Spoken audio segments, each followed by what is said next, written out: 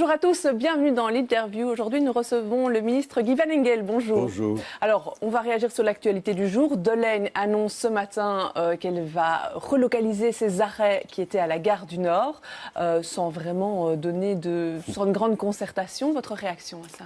Je trouve ça fort de café. J'ai l'impression que la NVA est partie en campagne et que la campagne électorale pour mai 2019 a déjà commencé. C'est la NVA, c'est pas Delaine? C'est la NVA et tous les concernés sont des ministres NVA. M. Frank, M. Jambon et M. Weitz. Et donc, soyons clairs, il y a un problème de transmigrants qui résident à Bruxelles et qui cherchent des endroits pour s'abriter. Et bon, mais c'est de la responsabilité du ministre qui a l'asile à gérer. Hein, c'est M. Franken. Et tout ce qui concerne les gares et les alentours de gares, c'est la police du chemin de fer qui gère ça. C'est M. Jambon, sous l'autorité donc du ministre de l'Intérieur. Donc vous renvoyez la balle au fédéral? Mais je ne renvoie pas de balle. C'est eux qui nous envoient une balle. Et puis ils nous disent, la balle est vilaine. Hein? C'est leur balle. Hein? Et donc, voilà. Et je sais très bien que la zone de police de Schaerbeek et vers Saint-Josse fait le nécessaire et le plus que possible pour gérer tout cela. Mais le grand problème, c'est qu'il y a tant de transmigrants que M. Franken s'est même lancé maintenant dans une affaire où il dit « Moi, je ne gère plus que 60 dossiers par jour. » Et tous ces gens, il les amène vers chez nous, vers Bruxelles. Hein, et voilà, à eux de gérer cela et de faire le nécessaire et de ne pas relâcher en permanence toujours tous ces gens sur le territoire du centre de Bruxelles. Alors, la question des lignes de Delaine, des arrêts, puis de la mobilité en général, ce sont des questions qu'on pensait pouvoir traiter au sein de la communauté urbaine. On avait annoncé ça avec la fameuse réforme de l'État. On n'a jamais pu la mettre sur pied. Ça a bloqué dès le début. Qui bloque là-dessus? Un parti à nouveau, et qui est la NVA. Donc, s'il y a un parti qui ne veut pas entendre parler de la communauté urbaine, c'est la NVA. Mais ça, on le sait. Comment est-ce qu'on sort de l'embûche?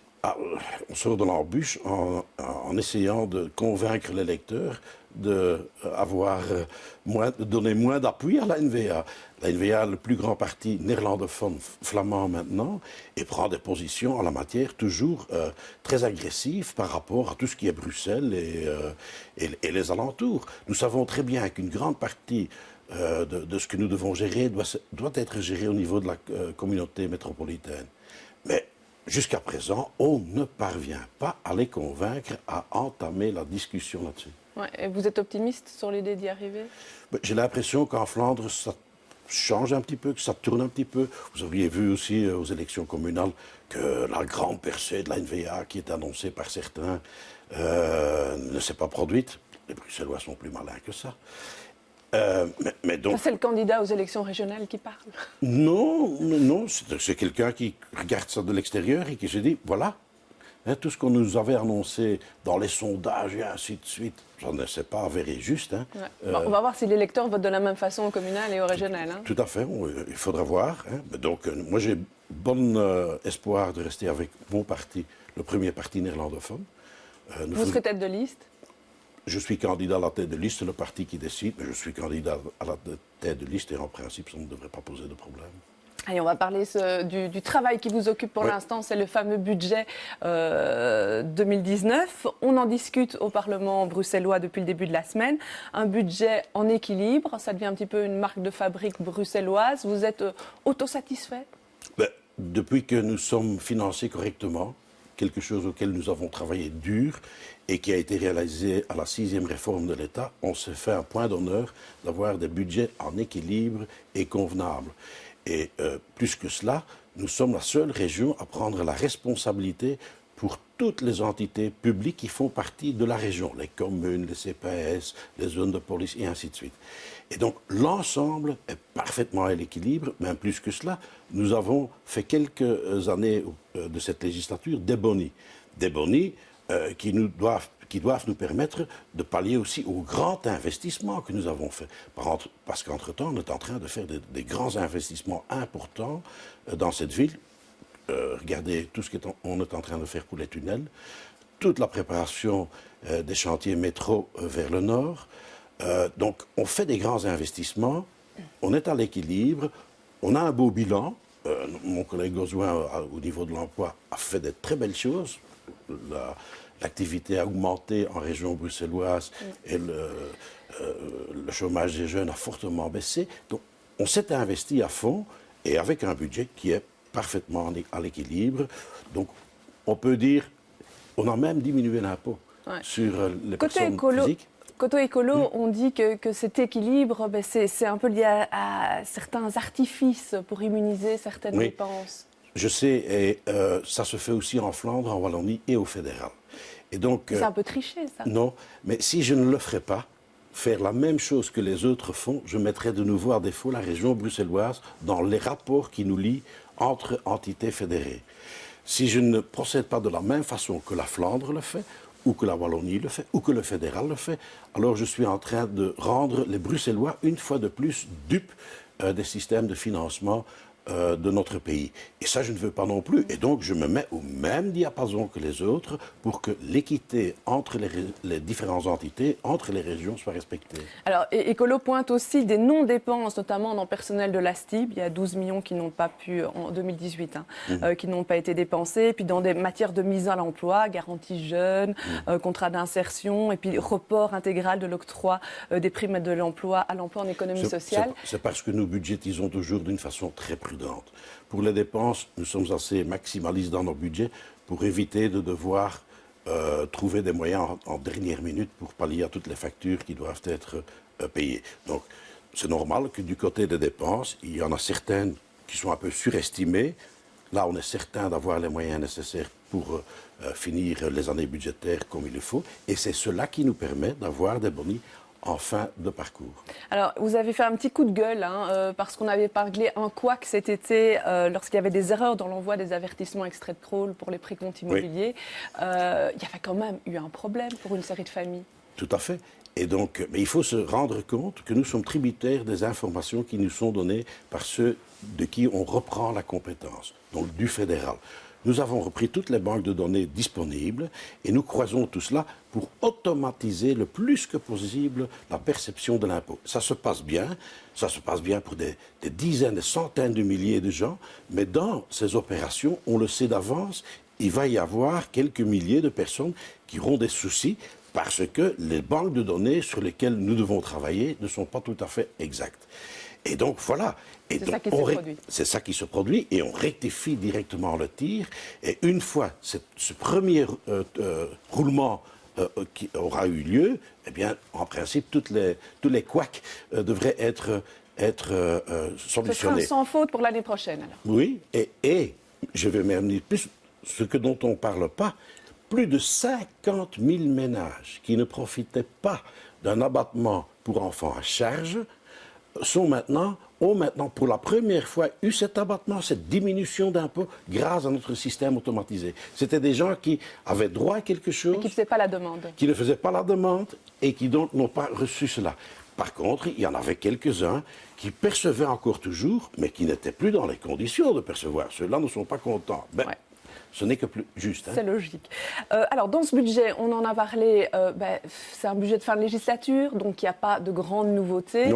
On continue à investir dans le métro, rénovation des tunnels et tout ça. Et on veut laisser à la nouvelle équipe qui s'engagera à partir de mai-janvier de l'année prochaine un beau bulletin, des comptes en ordre, puisque cette nouvelle équipe doit pouvoir travailler correctement elle aussi. Alors, j'ai envie de vous faire réagir sur des petits éléments d'actualité. Oui. Hier, on présentait le futur musée du chat.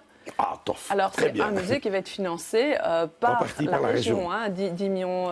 10 millions pour la région, 5 millions à peu près pour M. Gueluc et ses équipes. Voilà. Et ça va s'arrêter là? Les frais de fonctionnement après, c'est pas la région qui va devoir répondre? Non, on va même percevoir des rentrées à nouveau, parce que pour l'exploitation, les exploitants du musée devront payer naturellement une sorte de loyer pour pouvoir occuper les lieux. Mais moi, je suis très fier de ce musée du chat. Le chat fait 35 ans cette année-ci, les Schtroumpfs leurs 60 ans. Nous sommes une capitale du dessin, de la BD, du cartoon, du dessin humoristique. Moi, j'adore le chat. Et donc, je suis très content que ce musée, enfin, puisse prendre vie. Alors, un projet futur. Dans le soir de cette semaine, on parlait du rachat des terrains des prisons de Forêt et de Saint-Gilles. Ils sont propriété de l'État fédéral pour l'instant. La région voudrait les reprendre, mais pas à n'importe quel prix. jamais à n'importe quel prix. Nous sommes assez stricts dans les négociations sur tout ce qui est immobilier. Mais ça bloque? Non, ça ne bloque pas. La discussion a lieu. La réutilisation de ces casernes n'est pas encore pour aujourd'hui, puisque d'abord il faut construire à Arnes la nouvelle prison.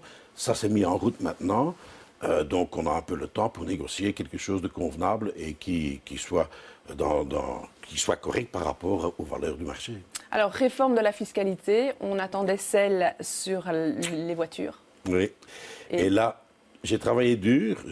À un certain moment, je me suis dit, je vais mettre toute une bande d'experts en piste pour réfléchir quelque chose de logique et de convenable et de stable à long terme. Le but final doit être d'en arriver au kilomètre payant. Et ça, nous en sommes d'accord, la Flandre en est d'accord, et je sens que du côté wallon, ça progresse. Alors pourquoi ça coince? Eh bien, ça coince parce que on discute de l'objectif principal. Pour moi, l'objectif principal, c'est d'avoir de l'air plus propre en région bruxelloise, de diminuer les voitures de diesel et de favoriser tout ce qui est le moins polluant que possible. Bon, ça doit être un objectif. Mais quand je me pointe au Parlement et que tous les groupes se mettent à en parler, on ressent qu'ils veulent poursuivre beaucoup d'autres objectifs, des objectifs sociaux, des objectifs de redistribution des revenus, et ainsi de suite. Et là, naturellement, là, ça coince parce qu'on ne parvient pas dans une politique pareille à poursuivre tous ces objectifs. Il en faut un. C'est comme les experts nous les ont prescrits. Quoi? Le travail qui a été fait n'est pas perdu. Donc on est prêt. Je crois qu'à la prochaine négociation gouvernementale, il faudra reprendre ce rapport d'experts, et pas uniquement chez nous, mais aussi en Flandre et en Wallonie, et essayer de travailler tous dans la même direction. Alors, vous êtes aussi ministre de l'enseignement l'enseignement côté néerlandophone bruxellois, à la VGC. Il y a plusieurs chantiers en cours, des projets d'ouvrir 1000 places. Dans les dernières années, j'en ai ouvert 10 000.